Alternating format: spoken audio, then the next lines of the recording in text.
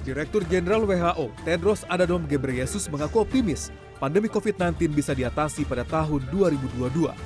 Di tengah varian Omikron yang semakin meluas, Tedros melihat harapan pandemi COVID-19 bisa diatasi tahun ini dengan catatan negara-negara dapat bekerja sama dalam pemerataan vaksinasi dan distribusi vaksin.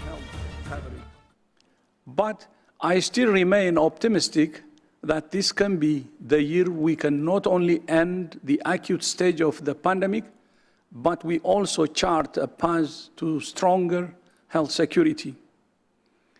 Building on the successes and failures, we must not only share vaccines faster and more equitably with COVAX and AVAT, we must support countries in manufacturing and rolling them out to everyone. And access to new treatments must also follow. Ending health inequity remains the key to ending the pandemic.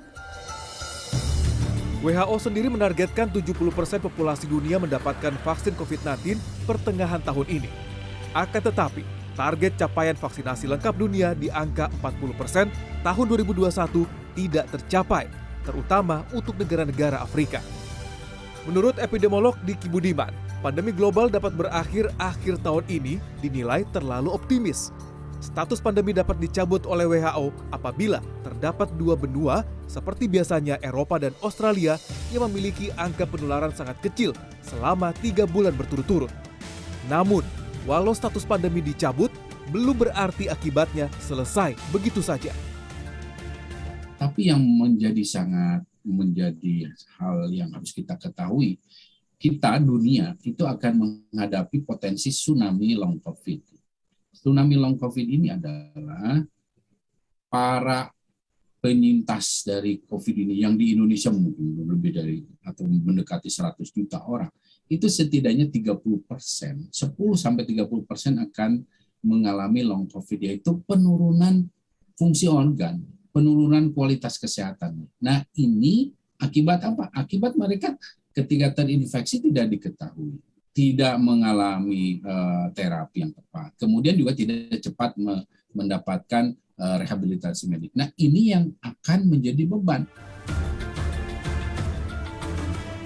Juru bicara vaksinasi COVID-19 Kementerian Kesehatan Republik Indonesia, Siti Nadia Tarmizi menjelaskan, laju penularan COVID-19 di Indonesia dalam tren terus menurun, sehingga pemerintah cukup optimis status pandemi dapat segera berakhir.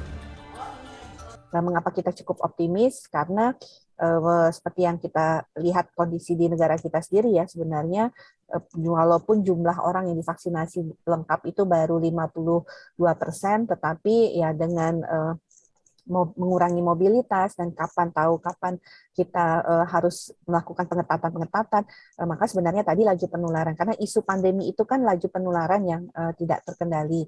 Nah, ya dia selama kemudian syarat-syarat terkait pengendalian itu bisa dicapai, dan ini artinya bukan hanya pada satu negara saja, karena selalu WHO mengatakan adalah azas keadilan atau pemerataan itu menjadi penting khususnya untuk vaksinasi.